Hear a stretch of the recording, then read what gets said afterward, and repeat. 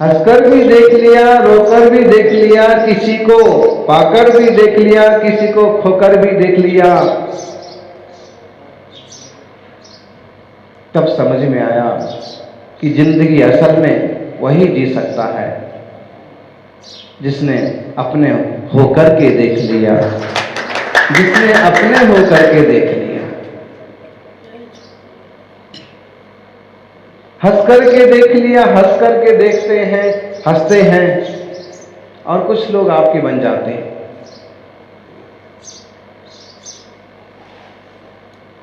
और जब तक आपकी मुस्कान है चेहरे पर, तब तक कुछ लोग आपके हैं। और अगर आपके चेहरे पर मायूसी और दुख आया तो गिनती के लोग भी नहीं मिलेंगे जो पूछें कि बात क्या है।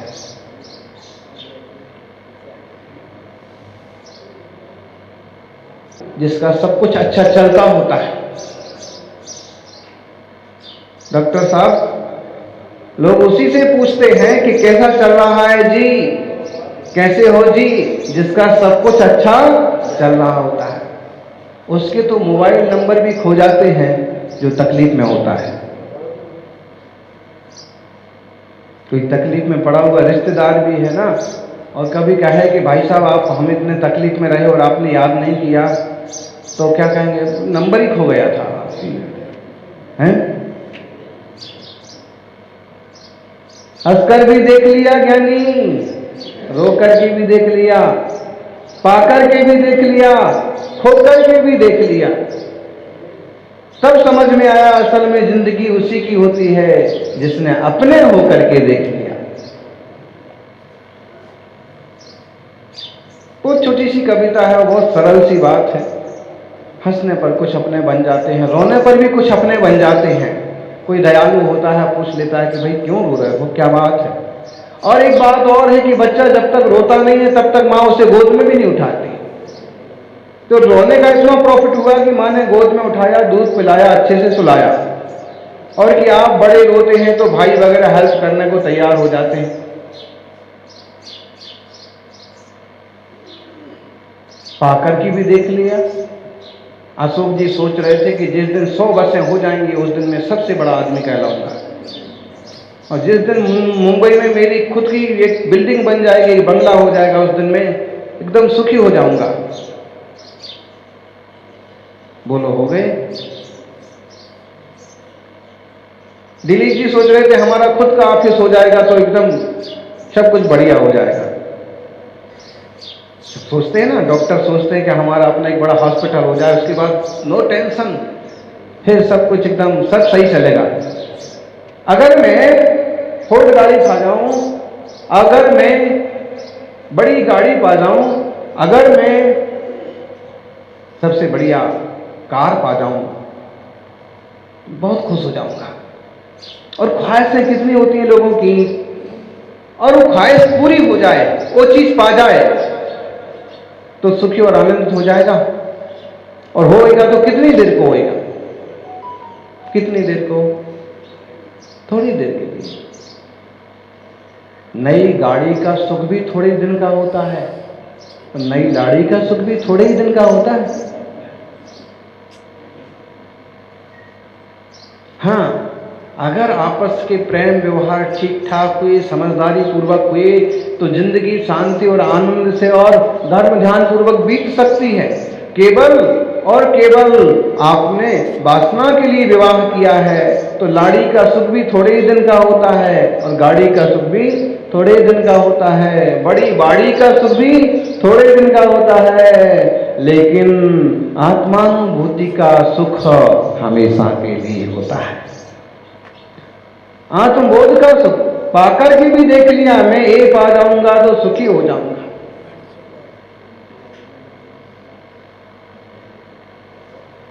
एक तू ना मिला सारी दुनिया मिली, हैं? आप गा के बोलो अच्छे से। एक तू ना मिला सारी दुनिया मिलेगी तो क्या है। एक, अब इसको गुरु पर जोड़ देते हैं। एक गुरु ना मिला सारी दुनिया मिलेगी तो क्या है, और एक मन ना खिला तो सारी बगिया खिले, खिले भी तो क्या है। और संसारियों में है, और जब एक गाना शुरू में रिलीज हुआ था तो कितने लोग नहीं गाते फिरते थे, और बेजरूर गाते फिरते थे कि जिनने चाहा था और नहीं मिली थी, नहीं मिला था। अच्छा, वो गाते गाते योग संयोग ऐसा बना कि वो मिल गई, और अब रोना है कि क्यों मिल गई। मतलब है कि संसारी जन, हम लोग जो कुछ पाने की कोशिश करते हैं और हम उसके पीछे सोचते हैं कि सुखी और आनंदित हो जाएंगे, लेकिन वे सब चीजें आकर के सुखी और आनंदित कर देवे जरूरी नहीं। ये निमित्ताधीन दृष्टि खतरनाक दृष्टि है, यानी निमित्त हैं। सुख दुख तो आपके अपने अनुभव पर, आपके अपने चिंतन पर, आपके अपने ज्ञान पर निर्भर करता है। मुनिराज गज कुमार स्वामी के सिर पर सिगड़ी रखी हुई है। सिगड़ी तो समझ में आया ना है? सिगड़ी अपन बोल रहे हैं, वो इस ढंग से बना दिया उनके सिर पर, चारों तरफ से मिट्टी का ढेर लगा के बीच में अंगारे रखे जाएं और उनका सिर बुरी तरह से जल जाए। और जो सौमिल है वो बदला लेना चाहता है। ये राजकुमार मुनि दशा में विराजे हैं, इनकी गलती कहो या इनकी कमी कहो, सिर्फ इतनी सी थी कि उस ब्राह्मण की, उस सेठ की लड़की से उन्होंने रिश्ता बना लिया। ठीक है, कर लेंगे शादी, सगाई हो गई है, और तभी नैमिनाथ भगवान का सानिध्य मिल गया, और नैमिनाथ भगवान की दिव्य ध्वनि सुनकर के उनके अंदर की ग्रंथियां खुल गईं। इससे बड़ा जातिस्मरण और कौन कराता होगा? इससे बड़ा ध्यान और कौन कराता होगा?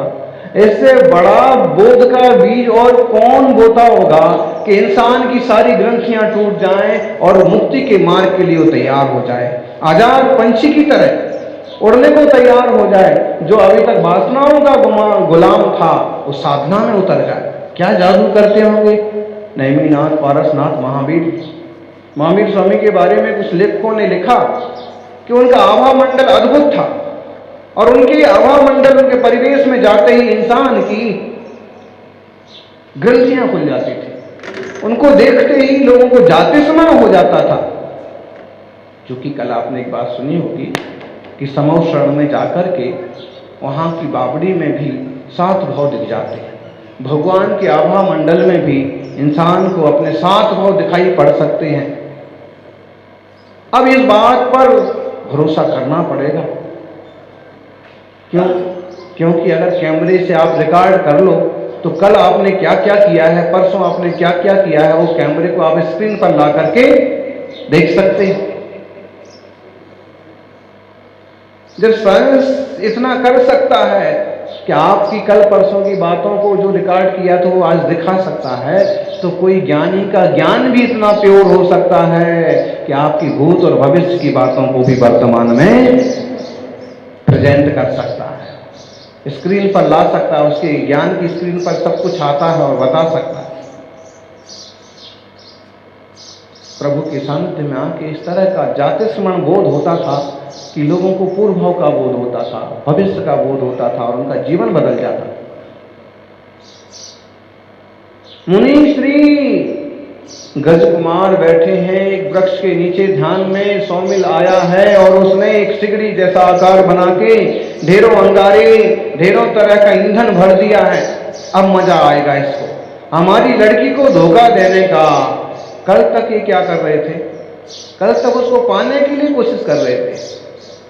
कल इनने अपने पिता नारायण कृष्ण को कह करके कि भाई मैं तो शादी करूंगा ही करूंगा, और सगाई कर ली थी।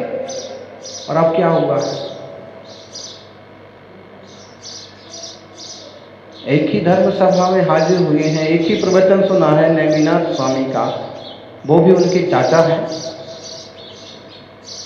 और एक प्रवचन में इतना गजब का चेंज कि एक अय्यास व्यक्ति,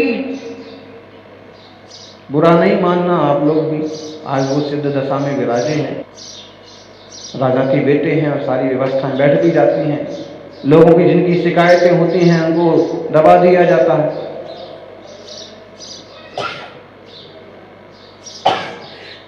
अब आएगा तुम्हें मजा, तुमने मुझे धोखा दिया है, मेरी लड़की को धोखा दिया है,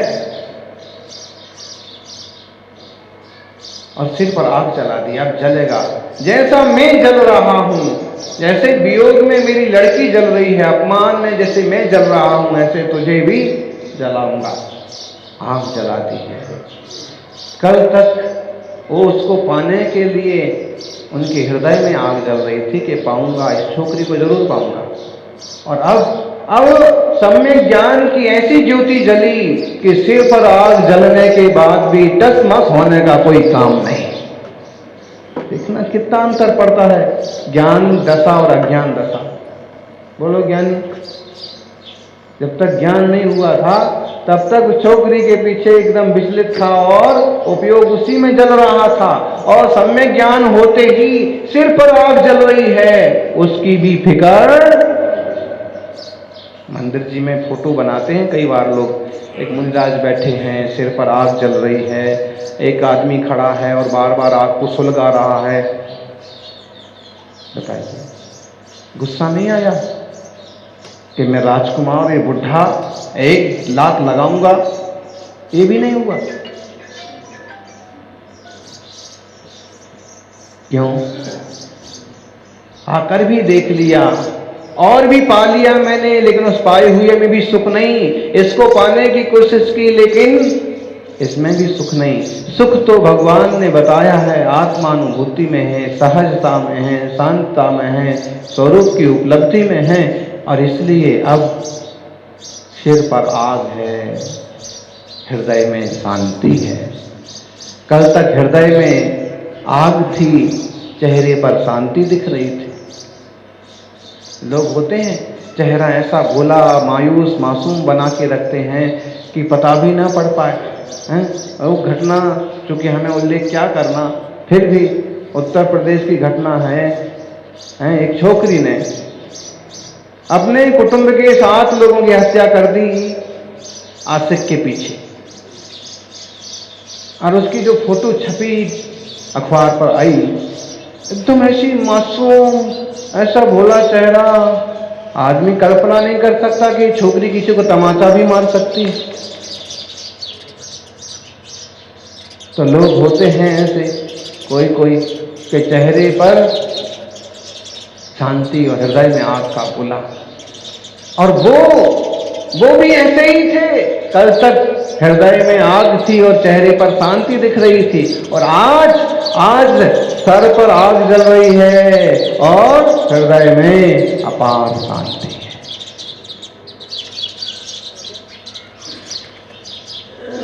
आपके धोखे से दीपक जलाते समय कभी उंगली जल जाए, कैसा लगता है? तो फिर जिनकी सिर पर आग जल रही हो, उनकी कल्पना करिए। पाकर भी देख लिया, खोकर भी देख लिया। उनने उसको पाकर भी देख लिया, उसको खोकर भी देख लिया, लेकिन सुख नहीं मिला।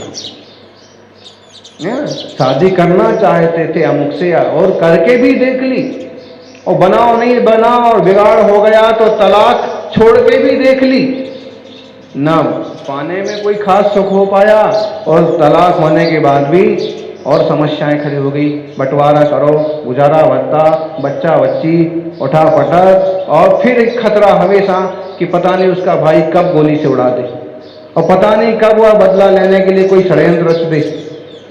संसार कैसे चलता है उसके सब नमूने बताए जाते हैं पिक्चर्स में, टीवी पर, लेकिन उससे सीखते नहीं हैं लोग कुछ। और सीखना चाहें तो पिक्चर देख के भी बैराग हो गया है और गाना सुन के भी बैराग हो जाए।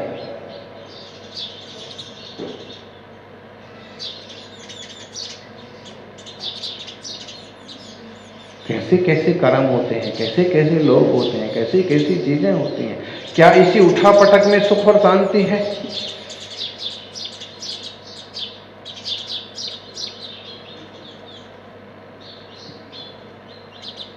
पिक्चर अक्सर कर आपने देखी होगी कि हीरो हीरोइन के मिलते ही पिक्चर खत्म, द एंड होता है कि नहीं? इधर से हीरो आया, इधर से हीरोइन आए, उनके परिवार वालों ने या किसी ने मिला लिया, और बस द एंड। यही सबसे बड़ी गलती है पिक्चर बनाने वालों की। यहां से द एंड नहीं हुआ है, यहां से शुरू हो रही है। अभी तक तो जो चल रहा था उठा पटक वो सब बाहर बाहर का चल रहा था, और असल फाइटिंग यहां से चालू होना है।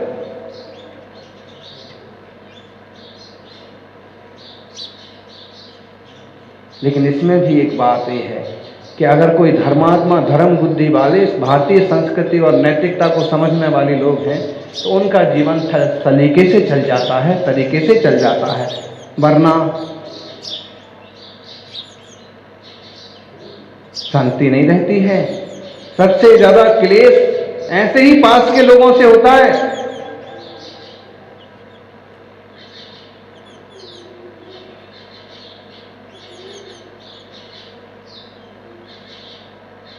एक बार और शांतिनाथ में प्रवचन हुआ था, दुख देना और सताना। 5 साल पहले, आपको याद हो ना हो, हमको तो याद रहते अपने ही बहुत सारे प्रवचन भी, भले द्वारा वो बात आए ना आए। सताना और दुख देना, दोनों में क्या अंतर है?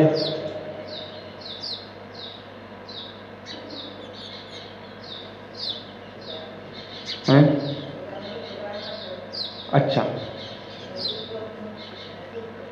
महसूस करना नहीं, उल्टी हो गई परिभाषा।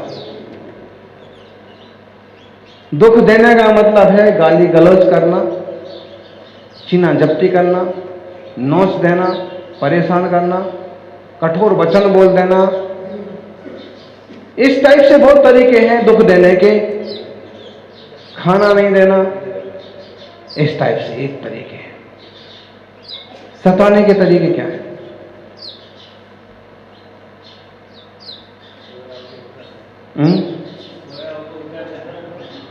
सोया हो तो उठा देना, तो ये दुख देना हो गया, उसको दुखी कर दिया आपने। सताने का तरीका आपने भी नहीं समझा डॉक्टर साहब अभी तक, समझ लीजिए।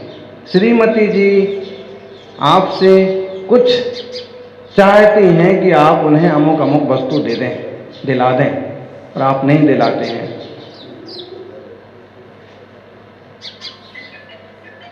कुछ नहीं कहेंगे। शाम तक आपको बेटे बेटी से, किसी से, नौकरानी से मालूम पड़ेगा कि आज इनने खाना नहीं खाया। अब शाम तक सोचो, दिन भर से खाना नहीं खाया, तो एक बार तो पूछोगे ना, खाना खा लो, क्यों नहीं खाया? नहीं, मुझे भूखी नहीं है। आप फिर मनाओगे, थोड़ा तो खाओ। अगर तुम 24 घंटे कुछ नहीं खाओगे तो शरीर कमजोर पड़ जाएगा, बीमारी, कोरोना